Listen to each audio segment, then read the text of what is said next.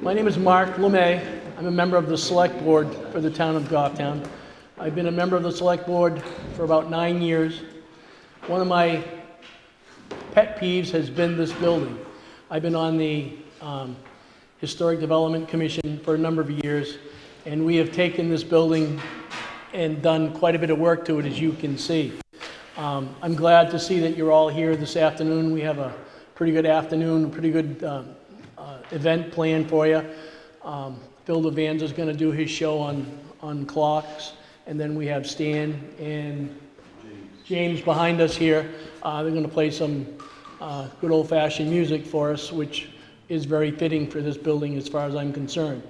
When you came in, I will ask, there's a sign-in sheet, okay? If you'd like to sign up, you can sign up and we'll send you a newsletter. We're going to start our newsletters here very shortly. There's the first one right on the table right there. If anybody wants one, you're more than welcome to take them on the way out, and then we'll go from there. We have future plans for this building, as you will see, and I'm not sure if you're a voter this year for the town of Goffstown, or even if you come from the town of Goffstown. We have plans to make an addition to this building so we can make it handicap accessibility. We're going to put an elevator, we're going to change things around. We're going to make it so that it's a very worthwhile, a very useful building in town. The Select Board, not Board of Selectmen, sorry. The Select Board has plans to use this building, and we want to show it off. We're very proud of this building. Phil can correct me if I'm wrong, but the Historic District Commission has a lot of interest in this building. There are a lot of people that have been here. This is our second event this week here. The solar power people in the state of New Hampshire came here. They did a demonstration for solar power for the area, and we're here today to have a second show. This building also, if you do not know, is available very shortly for rental. If you'd like to have a wedding, if you want to have a party, we're in the process of getting everything finalized. We'll have a fee schedule. We'll have all the necessary paperwork that is needed to get this to go. So with this, I want to welcome you here. I hope you enjoy your afternoon. I'm going to turn the floor over to Phil Devanza, who has spearheaded this operation here this afternoon. He is currently the chairperson for the Historic District Commission, and he can shed a little bit more light. At this time, Phil, thank you very much. Phil has the floor.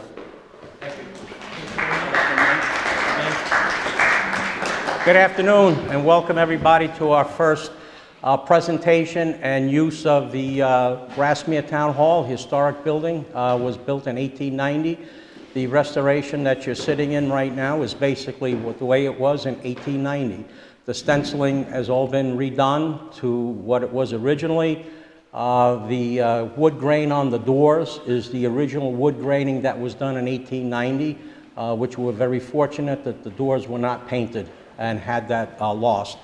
But basically what you're looking at is the way it was 1890, except for the electric lights, obviously, and they had hand-painted drops on the curtains that we can't use today because of codes, of fire codes. We're looking into getting those restored so that they can be used for future performances with that.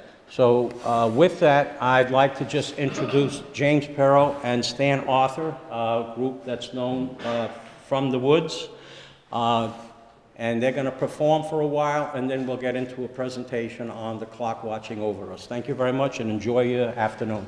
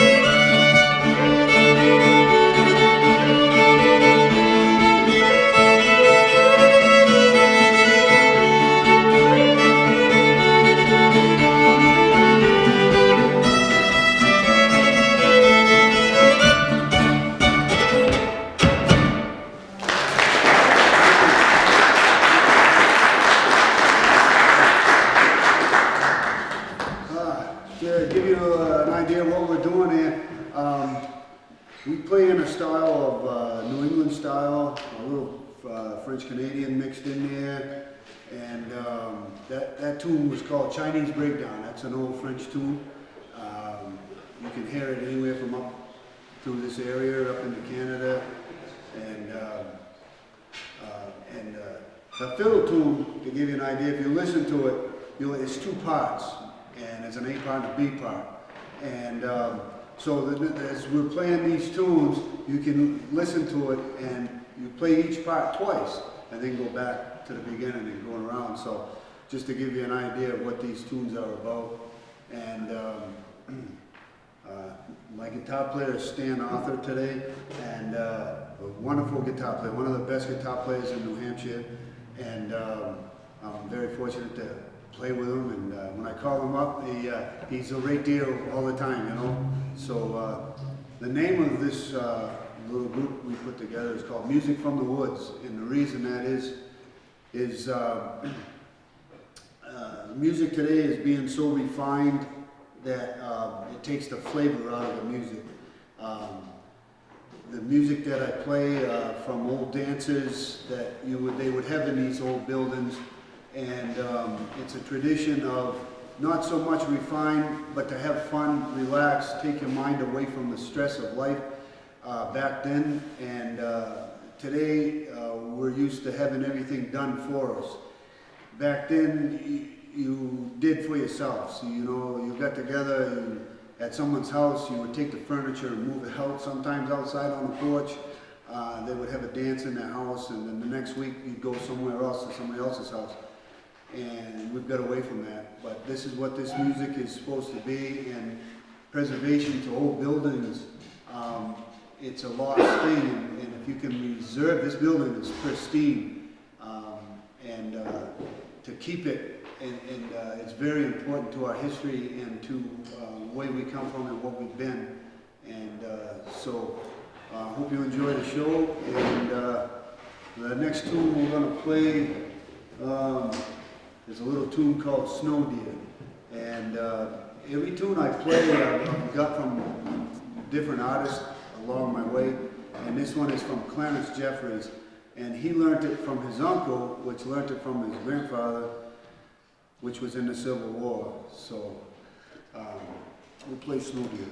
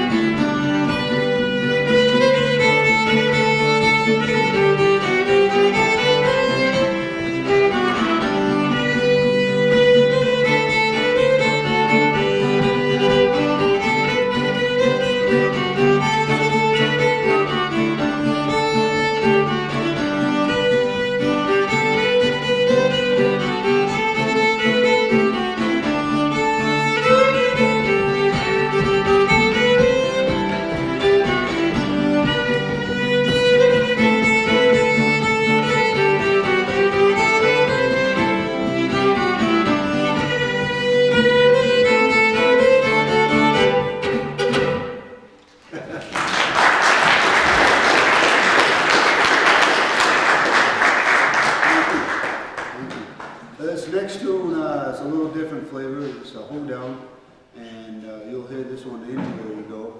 And everybody plays it a little different. That's one thing about these fiddle tunes is that no two fiddlers play the same.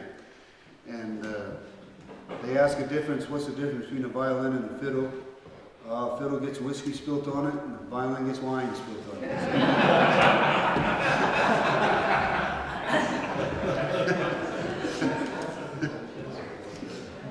Not that anything ever got spilt on this one.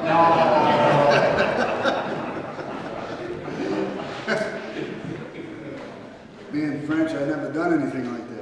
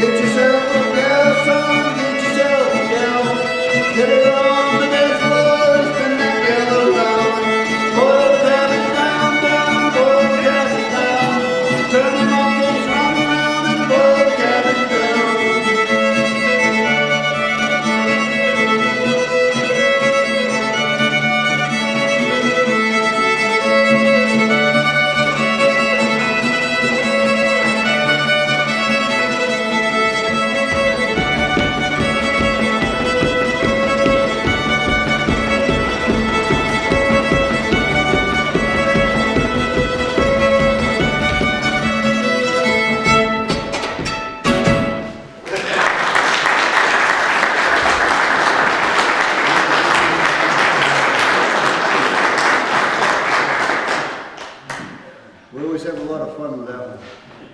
That was actually one of the first tunes you learn when you play a fiddle. Real quick, I know we only got a little bit of time, but when you learn to play the fiddle, that's one of the first tunes you play. And it's hard to believe, but it's the same tune. This is how you learn to play.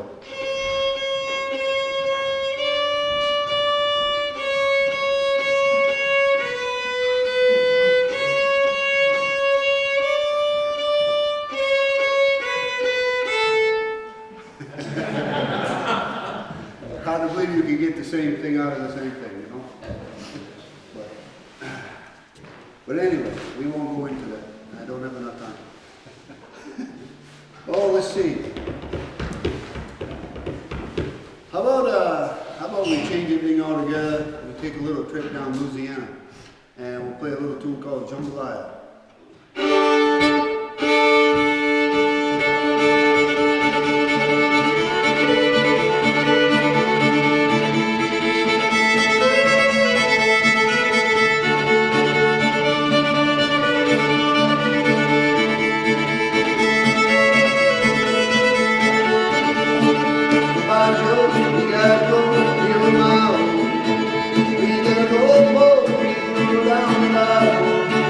I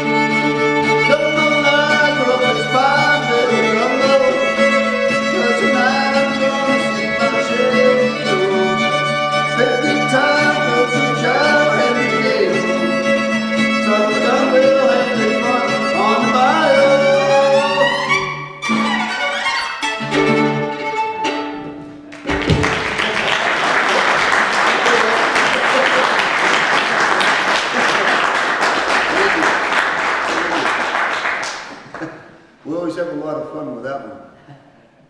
I was down in Florida, and there's all kinds of little clubs along the ocean front there, and there was quite a few people in there, and we had that whole place in a big train, and we played that song for like 20 minutes, and everybody in that place was just a human train, and they would go in and out, and it got to the point where they were going out the door, into the parking lot, back in and around. It was just a blast, and we played and played and played and played and played.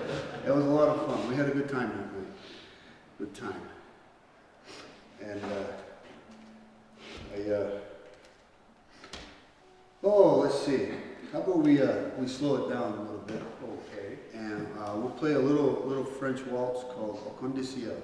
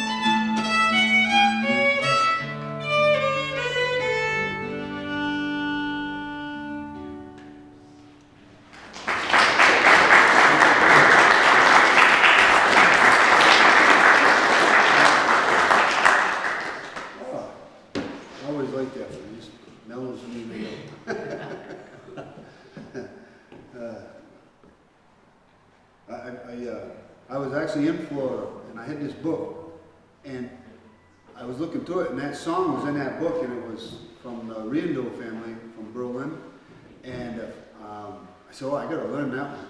And so there was a mutual friend of mine that was living down there. They retired down there, and she was a violinist, so she could read music perfectly. And so she helped me out on that, and got me going on it. And when I came back, after the job was done, when I came back, I went up to Berlin and played with the Riendeaus and told them that story, and they got a kick out of that. And it was fun to play it with them, you know, as a group. So it's just all these, when you play these tunes, all these memories just come back, and it's like, it brings the whole thing alive again, you know. Let's see, how about, we got all kinds of tunes here. What would you guys like to hear? Another waltz or another fast tune or something? Don't matter, just play and shut up, right? Another lively one. Okay, we'll play a little tune called Ontario Swing, and let's see, I believe that's in the key of D.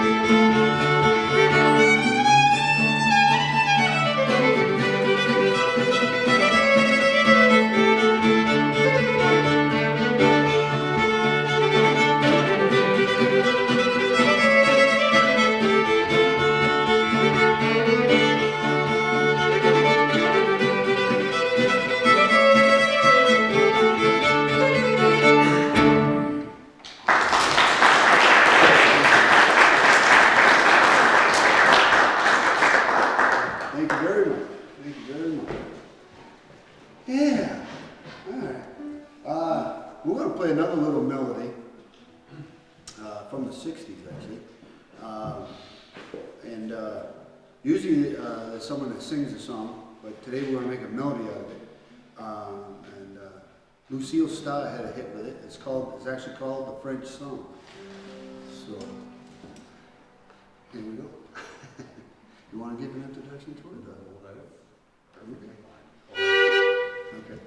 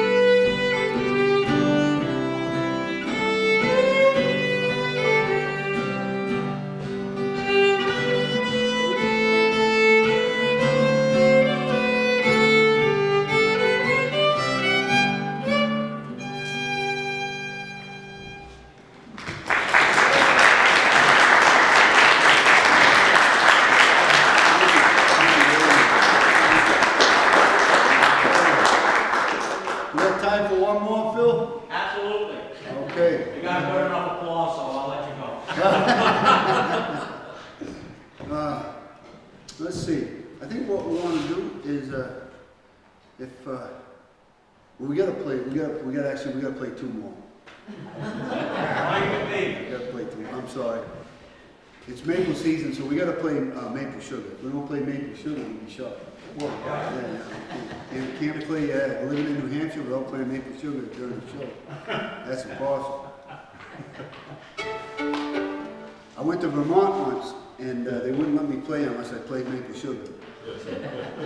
I played maple sugar. They let me play, so it must have been passable. I don't know.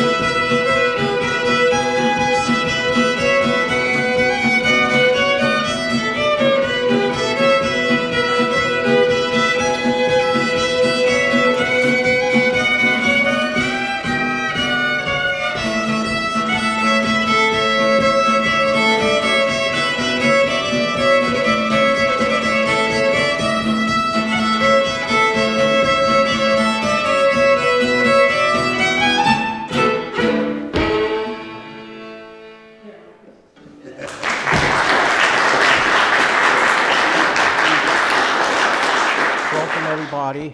My presentation is about tower clocks. I do a lot of tower clock restoration throughout New England. And basically today is regarding the Hampton Town Clock.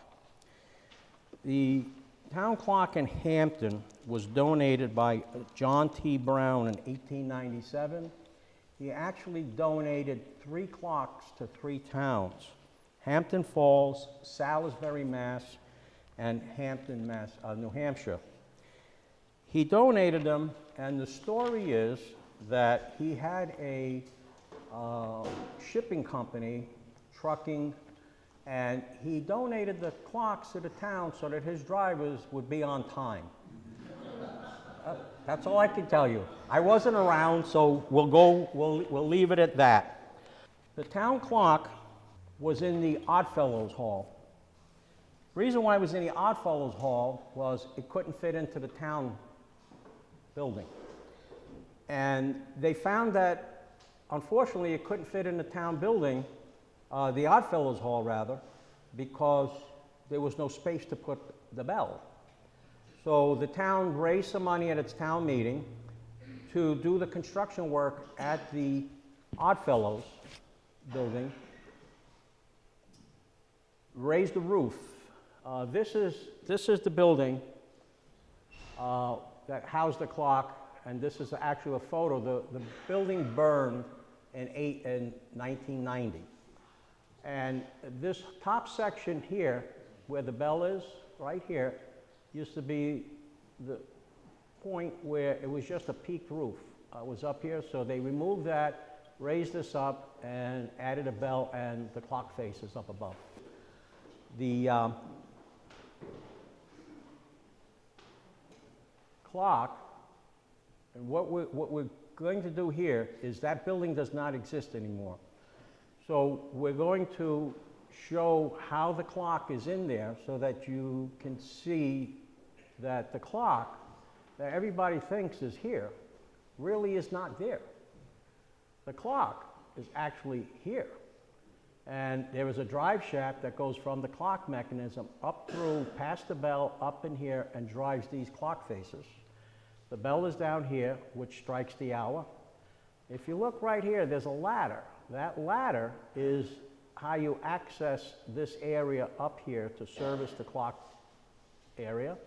And right here, it's hard to see, but there's a slight vertical piece here. That's an area that houses the drive shaft that connects the clock mechanism here with the clock faces up here. And there are 2 weights that drive this clock that travel approximately 45 feet down. That's why the clocks need the elevation in order to run a week. You need that distance, otherwise you'd have to go up there and wind the clock maybe every day. So it's hard enough to get a person to go wind the clock once a week, let alone every few days. So with that, this is a close-up of the building before the fire. And here, this is the bell. This is the vertical shaft that I had mentioned to you. Notice this up here is not your typical clock face. That is gift memorial. The 3 clocks that he donated all have those faces. If you've seen the one in Salisbury or Northampton, they're the same. Those 2 exist today. Then Hampton, the Oddfellows clock, is gone. This is the new home of the clock, right here. And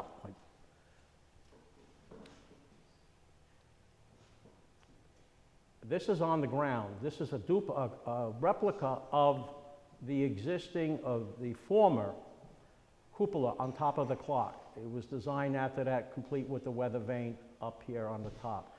So basically what we've done in this restoration is we've created this portion right here and removed it and set it on the ground.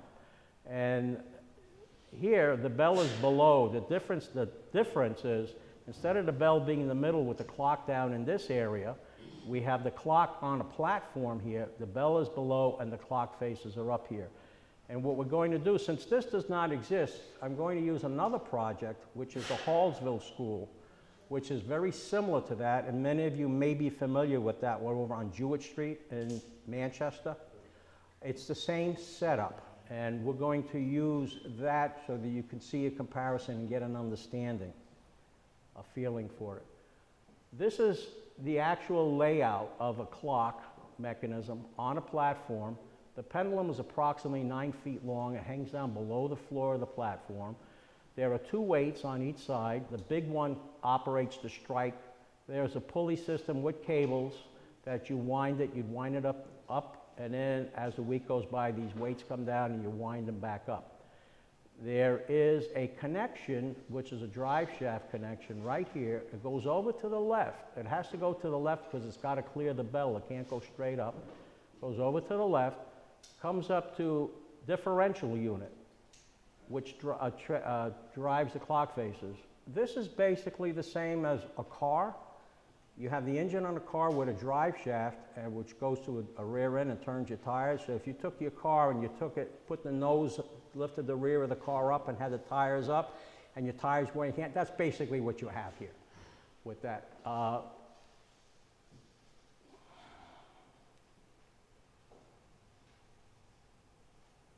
This is a photograph of the building before it burned, downtown.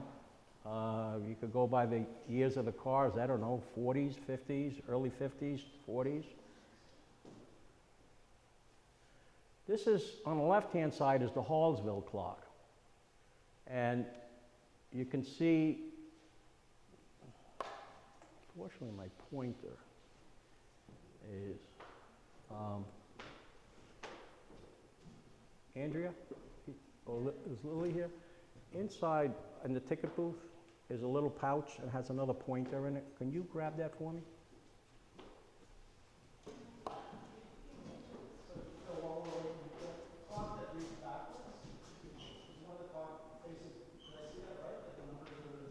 No, it's gift memorial. The letters read gift memorial. It happens to be the layout that they are. Is not a layout that you would look at and typically be able to decipher. In this restoration, I brought that up.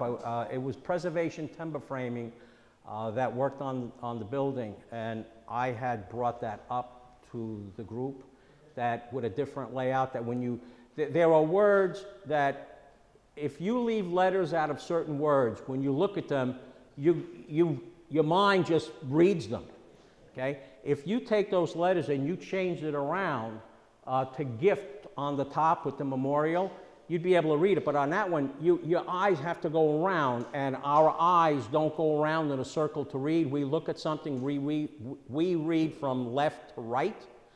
On that, you have to go in a circle. So it's not a normal function, so it's hard to see. I brought that up and showed them a picture of it. Half the group liked it, the other half didn't like it, and they voted not to do it.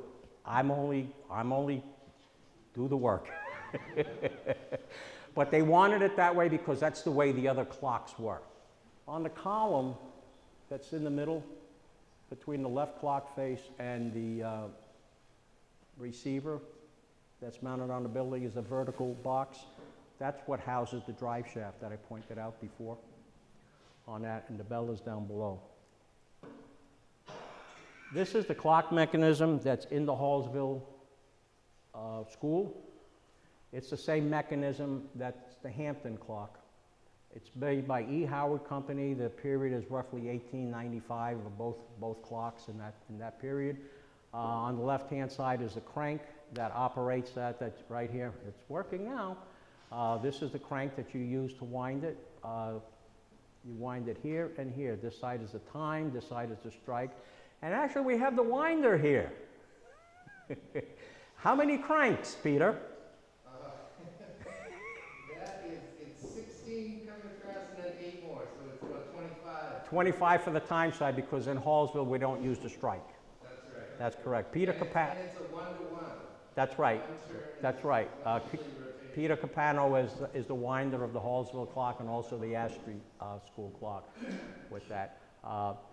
on that. And right here is where the pendulum is attached, up here, and that's an adjuster. This is another shot of it. This shows the pendulums going down through the bottom of the floor. As I mentioned, it's about 9 feet. The clock is bolted to the floor. Up here, again, your two sides to wind it. This is a side view, shows the cable on the time drum here, and this cable goes off to the weights that are suspended. This is the escapement of the clock that makes the ticking operation. And on here is a vertical shaft that goes up to drive the dials up above.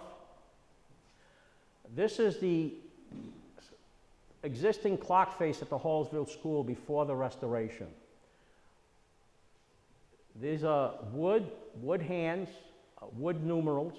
You can see the deterioration because, again, this is over 100 years old on that, with that. So this is before the restoration. Now, these clock faces are part of the siding. What I mean by that, these vertical boards are actually the siding of the cupola. And these numerals and the minute marks are applied to the building, okay? There are different types of clock faces.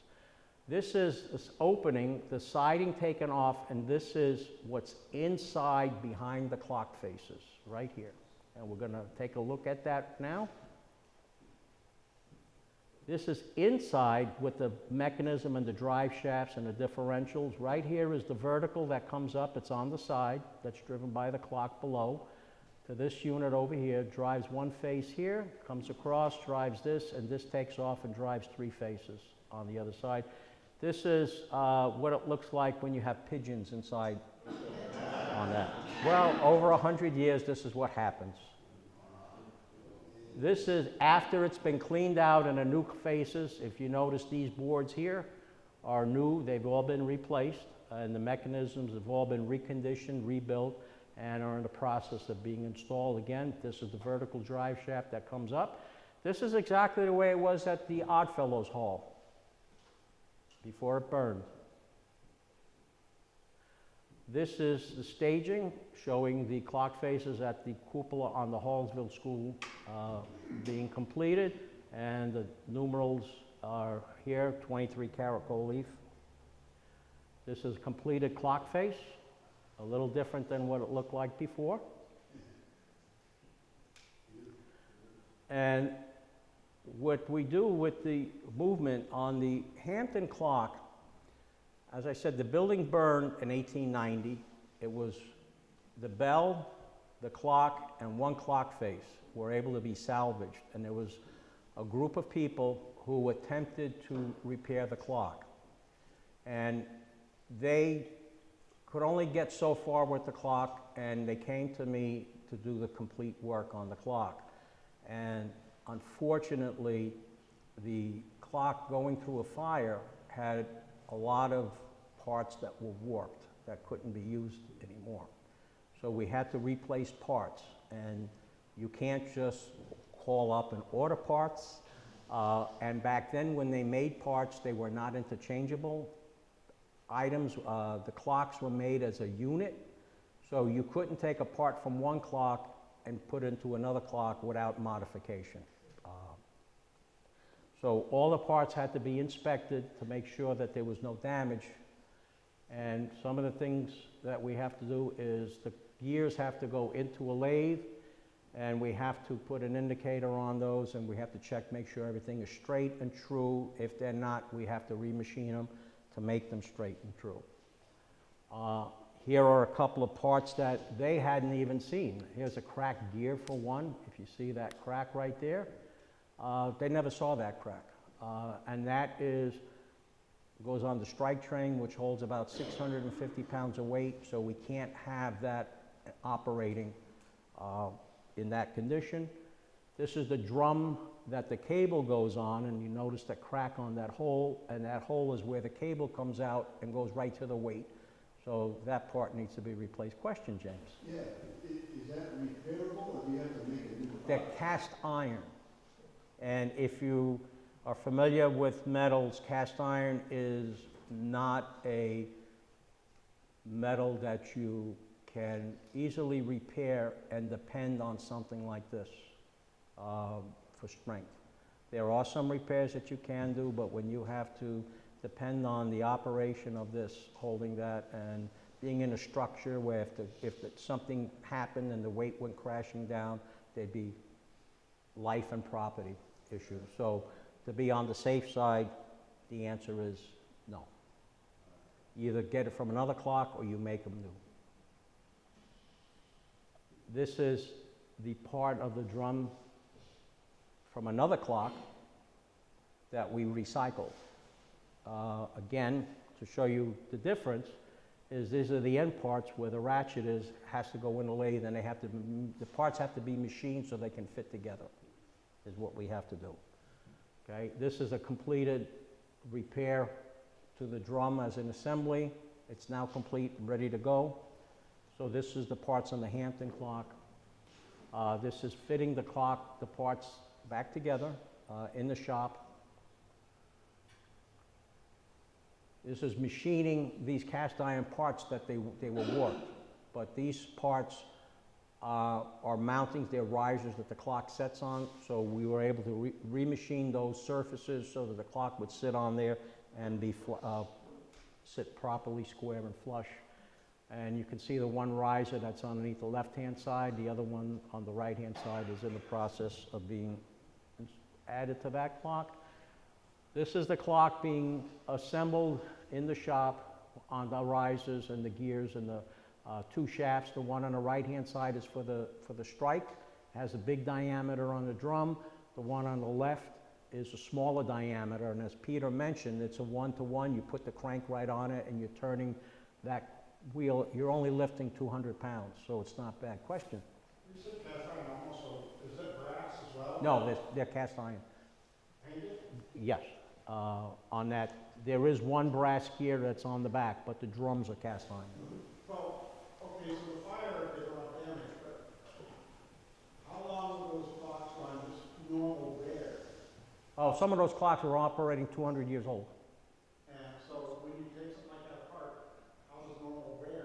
Well, it depends on how the clock has been maintained. A lot of the, clocks are up in a tower, they're out of sight, out of mind, and people don't maintain them. Because the clock's working, they forget about it until it stops. That's when I get the call.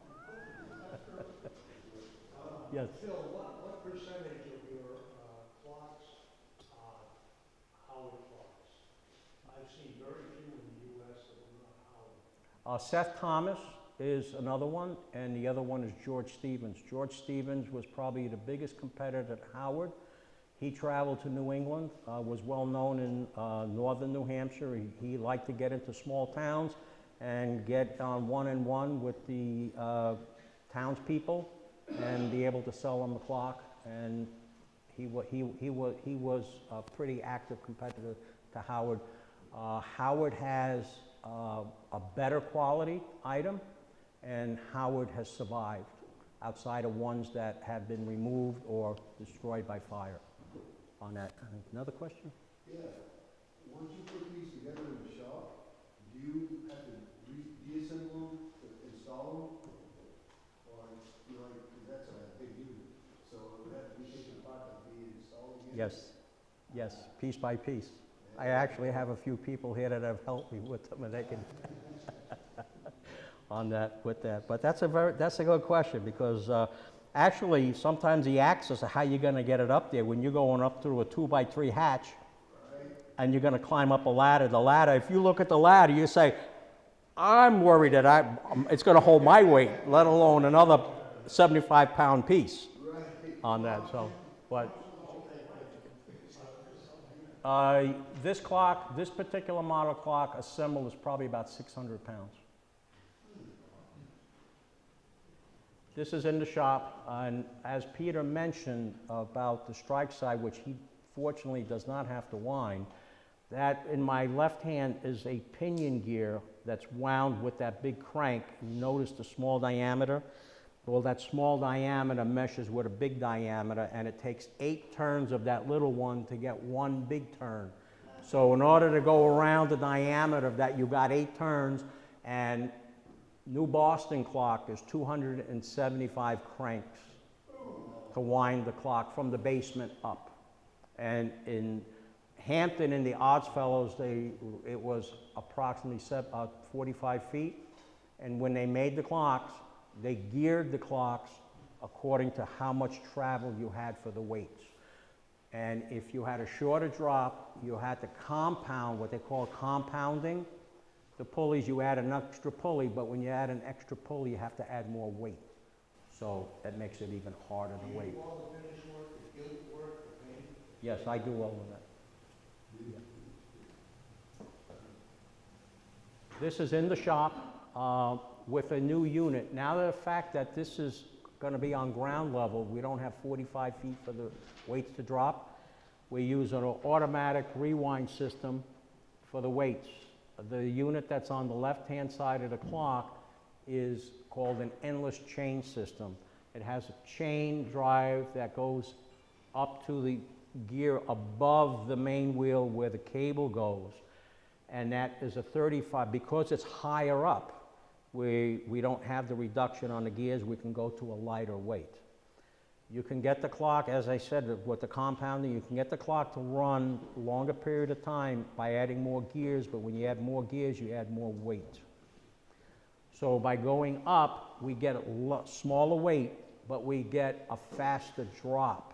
So this clock drops, that 35-pound weight drops approximately 6 feet every 10 hours. So that weight will get down to the bottom, it'll hit a rewind switch, and it'll automatically wind that clock, that weight up to the top of the clock for the timekeeping. This is one of the original dial that was able to be salvaged, and as I explained to you, gift memorial.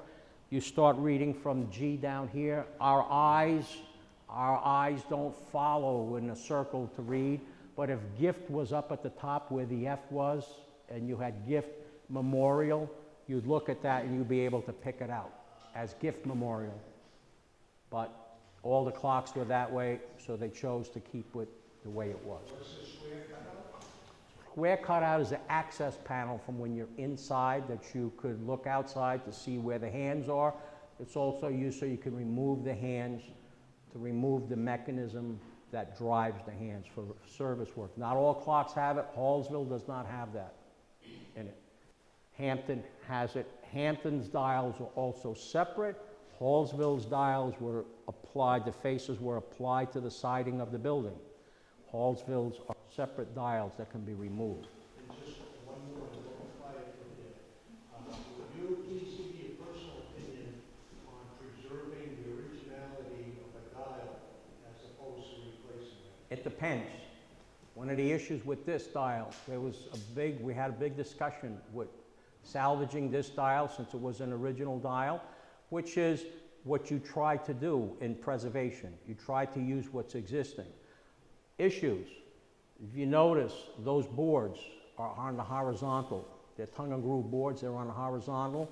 When water gets on there from rain, it lays in there, it rots the wood.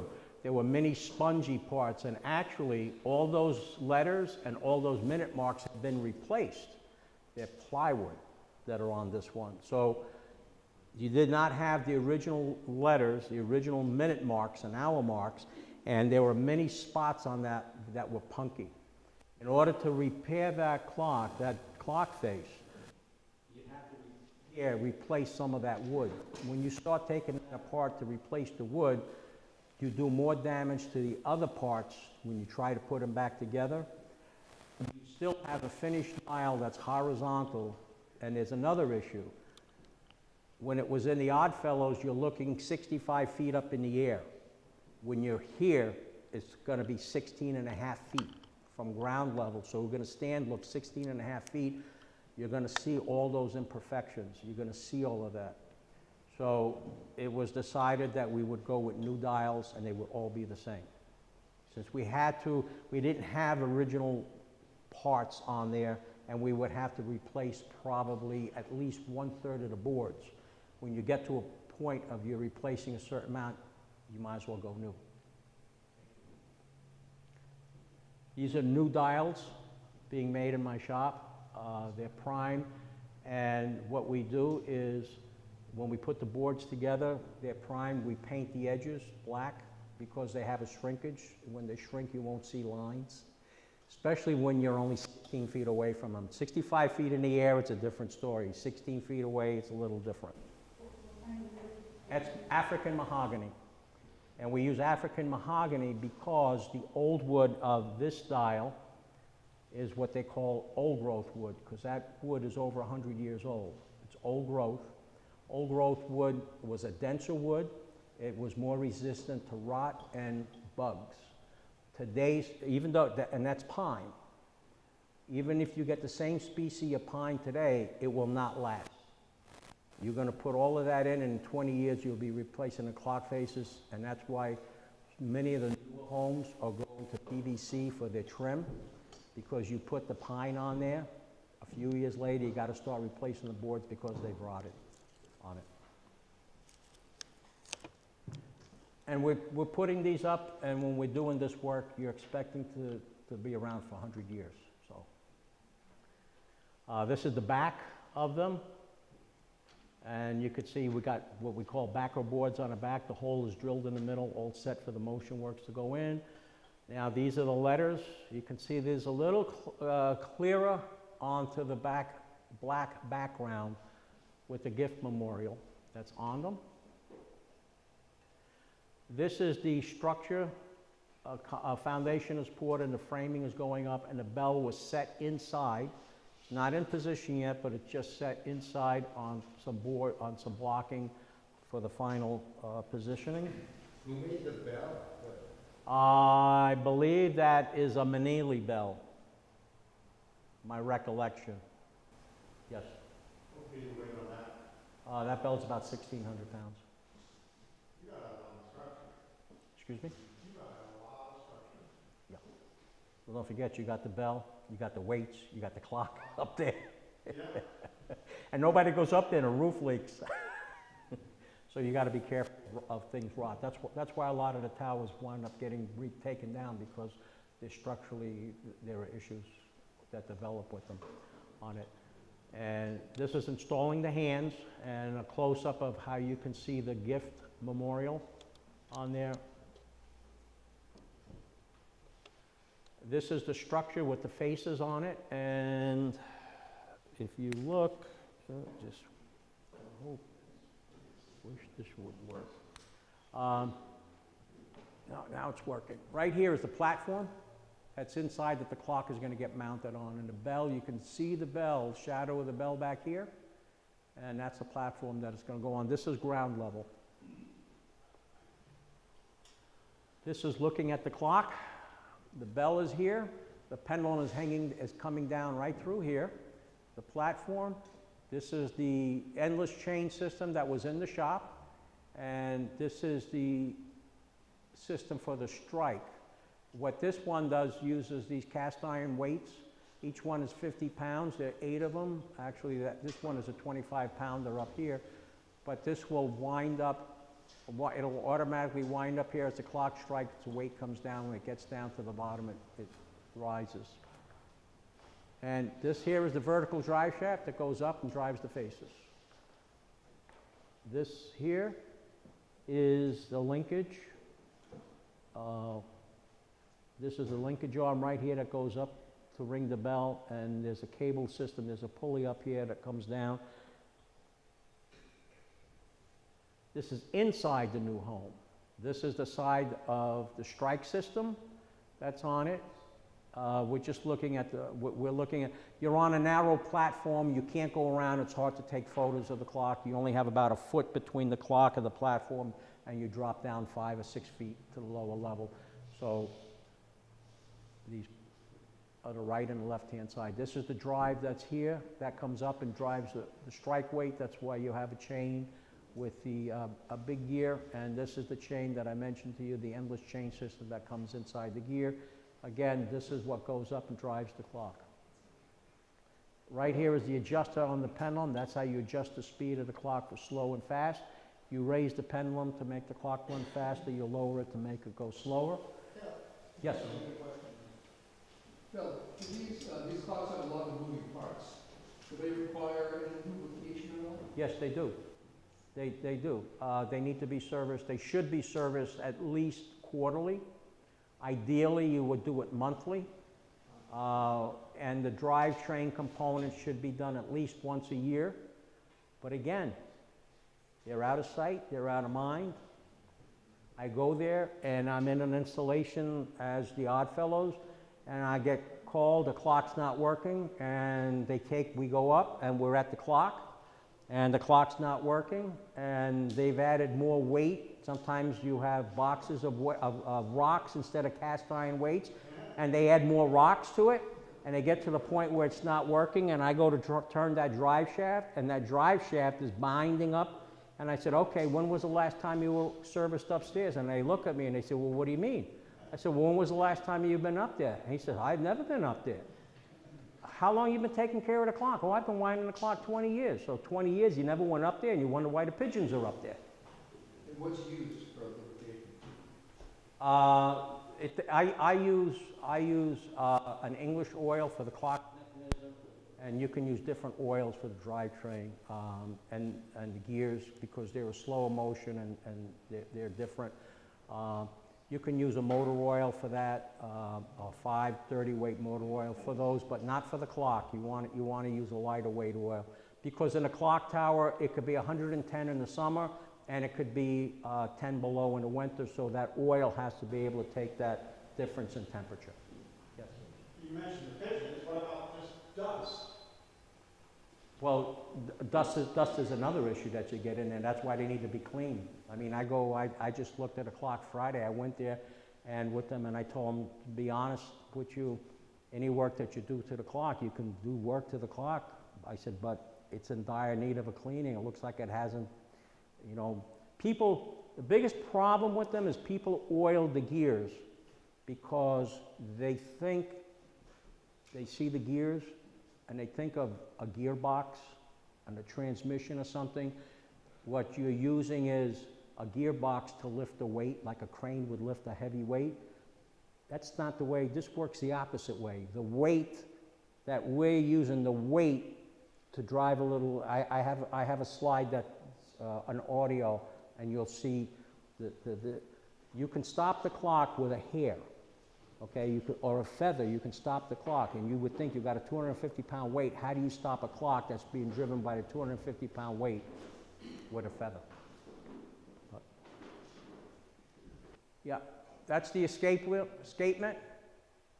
That's what the ticking. This up here is a pilot clock. 0, it's on the hour. It's going to strike. The fan that's turning regulates the speed of the strike. By adjusting those blades, you get more or less resistance. This is the weight for the strike side. As it's striking, that weight's coming down. Here in the shop, I have 200 pounds of weight.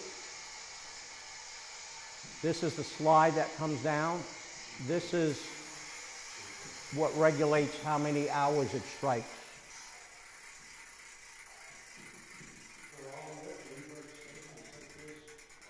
No, some of them have gravity escapement or a pinwheel escapement. But this is a typical Howard. Howard used this. This is a deadbeat escapement, and they also use the gravity escapement. But the gravity escapement was more money in its time. No. So with that, any other questions? I'll be glad to answer, or any other comments. Why does a fan shape like that? I mean, it doesn't seem like ideal for living resistance. Well, you adjust the angle. You adjust the angle of them. Some of them are flat, some of them are curved. With these, the thing that you learn when you're working on tower clocks, no two of them are exactly the same. You could look at another model clock the same way, and the fans won't be, the blades won't be the same size, they won't be the same shape. But they're adjustable and they have to be balanced, so you adjust those angle for resistance as it's spinning. And that gives you the time between the strikes. You want enough time between the strikes that the hammer hits the bell, because the bell reverberates. And if you're hitting it too fast while it's reverberating, you can crack the bell. Yes?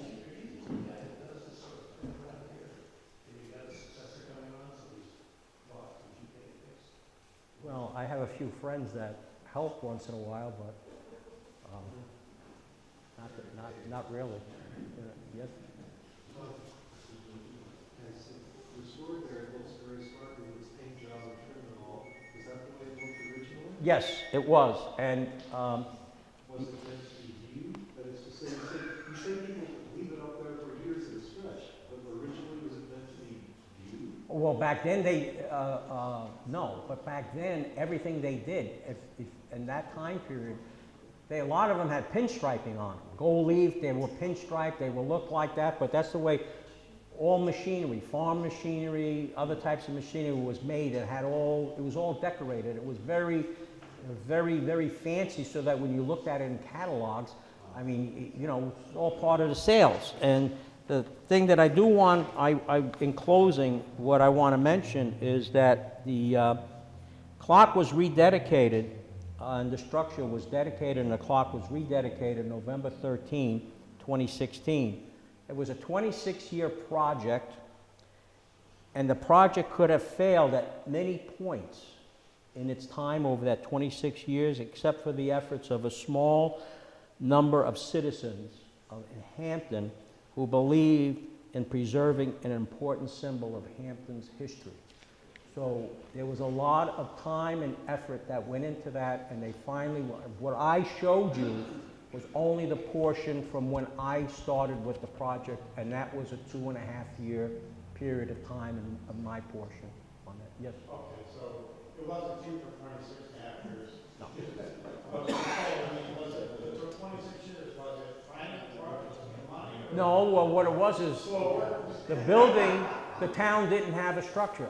The town put the clock, and the town raised money to have a building that they didn't own to be able to put the bell and the clock in. The building was burned, it was never rebuilt, so the clock was salvaged, the bell was there. There were times the selectmen wanted to just sell the stuff for scrap. They said, you know, here's storage. You had people that wanted to do it, and they're looking at it, they're missing parts, and they did what they could. They had different efforts. They tried, they had LaValle Bresinger, which was another architectural firm, do a structure like the one in Concord. They went to town meeting. The town didn't approve it. There was a lot of money. They came back to the drawing board, and then they decided to copy the cupola, and they got a hold of preservation timber framing out of Maine. I worked with them on how to design the structure to accommodate the clock. And that was a period of time. I happened to do, and a fellow that's with me, Chris Way, that's here, and Steve Sanborn, we take the Concord clock completely apart once a year. We clean it, we put it back together. They came down along with the architect, took a look at that, took photos, and designed the clock tower from what was that, and created that structure. But they had to go to town meeting, get the money, they got it, and you know, they were successful. But a total 26 years that these people were dedicated. Right at the sea, right? From the time of the fire was 1990. I mean, now it's on display. Yeah, right, it's outside. If you go to Hampton on Winnacunnet Street, right outside of the middle school there, across the street from Town Hall, ground level, you can go there, you look at that, you can look right at that. Actually, it's this, that picture right there, lit up. That's at nighttime. You can't see the gold at nighttime because of the black background, and the lighting wasn't adjusted at that time. But you'll see that clock, and it operates, and you can stand there and you can watch the weights come down. If you're there, you can hear it strike. Go in the back, you can watch the bell strike. Everything is there. You can see the actual operation, or what I showed you on the video, you can see there. There's windows on the front of the clock, on the structure, and on the back of the structure. There's nothing on the sides because it all comes down to money. That's what it comes, anything can be done. Anything can be done, it's just money. But it was 26 years, you know, and it's like this restoration and preservation of this hall that we're here at. I got on the Board of Selectmen. I was on the Board of Selectmen for 23 years, 5 years ago. That's about 28 years I was first year on the Board of Selectmen. I was assigned Historic District Commission. I've been on the Historic District Commission since then, and that goes back to D. Little, and Tom, you'll remember, D. Little, the Little newspapers, okay? Dan McNerney was a state rep, and he was the vice chair. D. Little was the chair, and you had Doug Gove, and we had, I don't want to miss people's names, but many other people that started, and this is what their dream was. They envisioned what we have here today.